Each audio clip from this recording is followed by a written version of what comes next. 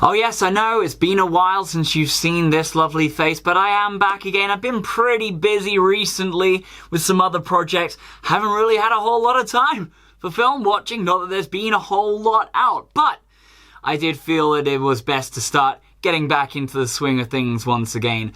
So, here I am, back in my film cave. And since Mulan got released on Disney Plus at an extra cost of £20 to people who have already subscribed to Disney Plus, I decided to not review that film at all. And instead I'm watching Enola Holmes. Let's get into it. So Enola Holmes is a Netflix original movie that is based on a character that comes from the universe of Sherlock Holmes. She is the younger sister of Sherlock and Mycroft Holmes, played in this movie by Millie Bobby Brown. I didn't actually realise until the credits started rolling on this film that this is actually also based on an existing book. So I guess that's something to be said about the potential of this film kind of leading into more after this. So the premise of Enola Holmes is that Enola is the younger sister of Sherlock and Mycroft Holmes.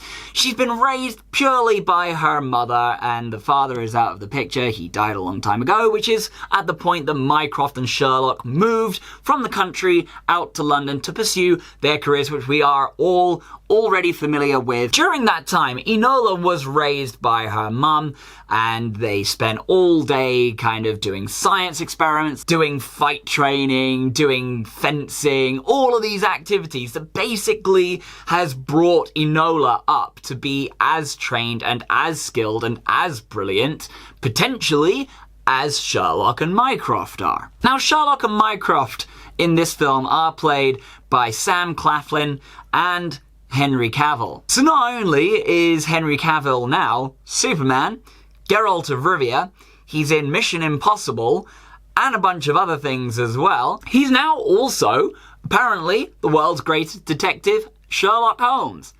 Apparently, he also wants to be Bond at some point in the future. So is there nothing that Henry Cavill doesn't want to do at this point? But what I was worried about coming into this film is that whether they would get the balance of developing Enola as her own character and also relying on the presence of Sherlock and Mycroft in this film. I didn't know whether one was kind of going to overpower the other, but I do have to say that they did manage to get the balance pretty much right.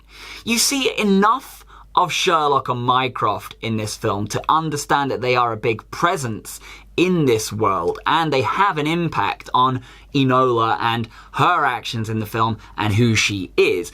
But they don't steal the scene at any point. The film doesn't rely on you wanting to watch Sherlock and Mycroft with their younger sister. It relies on you wanting to watch their younger sister with some various interactions with Sherlock and Mycroft. You don't want too much of one and not enough of another, especially in a film where you're kind of setting up a further universe. You don't want that universe to rely too much on something that isn't the thing that you're trying to build up. But like I said, there is enough of the relationship with Sherlock and Mycroft to kind of understand how they function. And I have to say that Sam Claflin as Mycroft comes across as a little bit of a bully. I always got the sense in anything Sherlock related that you kind of aren't meant to like Mycroft all that much. He's meant to be kind of the smarmy, know-it-all older brother who kind of looks down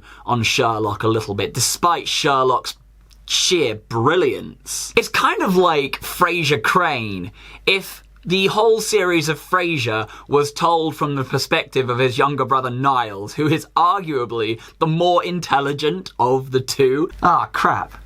I'm kind of worried that that's me now. But you do get that sense of their relationship in this film, that there is that kind of butting heads between them. And Henry Cavill as Sherlock kind of plays the quieter, more reserved style Sherlock, who secretly has a better understanding of what's going on. And I have to say, I did actually like watching Henry Cavill as Sherlock. However, all of that is nothing compared to Millie Bobby Brown. Now, what this film does brilliantly is it builds her character in her world as she sees it. Now, there is a lot of fourth wall breaking in this film, But I do have to say, it actually works in favour of the film when it is done in this style. She's explaining things to the audience in a fashion that she would maybe be processing it in her own mind.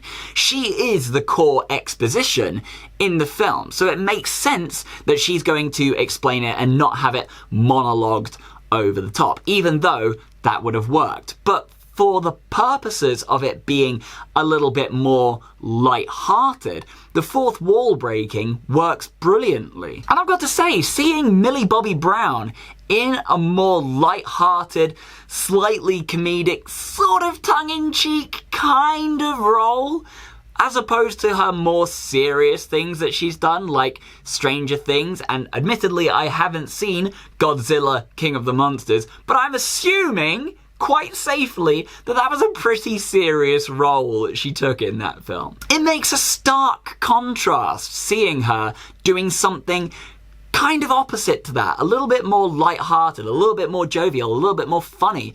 She pulls it off brilliantly. The little facial expressions and the little looks that she gives the camera in the fourth wall breaking moments really tie the film together nicely. And without giving away too much of the ending of the film, I would have liked her to have correctly come to the conclusion of what it was that she was investigating, instead of her being close but not quite on the mark. And okay, admittedly, she's young and this is one of her first adventures that we've really been exposed to. So maybe there is room for that development if they do more of these after the success of this first one. So all in all, Enola Holmes was a really entertaining film. It had a few slow moments of just exposition and kind of development of backstory for expositional characters that are kind of integral to the story. And at those parts, yeah, it kind of slowed down a little bit as you're learning about things.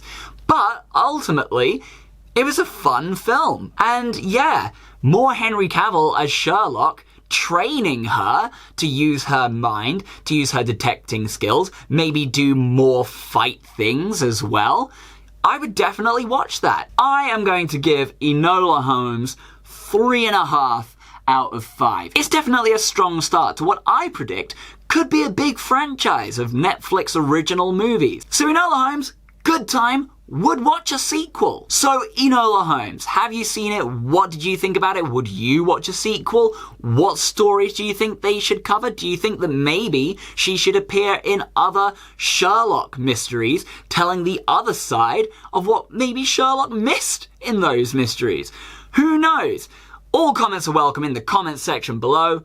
Let's talk nerdy. As always, if you've enjoyed what you've seen here and you would like to see more, you can click right here to subscribe and see some more funky, fresh videos from yours truly. Don't forget, we've got a podcast now. It's called Back to the Revuture. If you want to check it out, it is available to like, subscribe, and review on all podcast services right now. We have released the first 3, not 1, not 2, but 3 episodes for you on all podcast services. Please go ahead and download them, have a listen, and use hashtag BTTRpod to interact with us on social media. And until that point, in order to successfully disguise myself, I must become something they don't expect me to be: a film reviewer.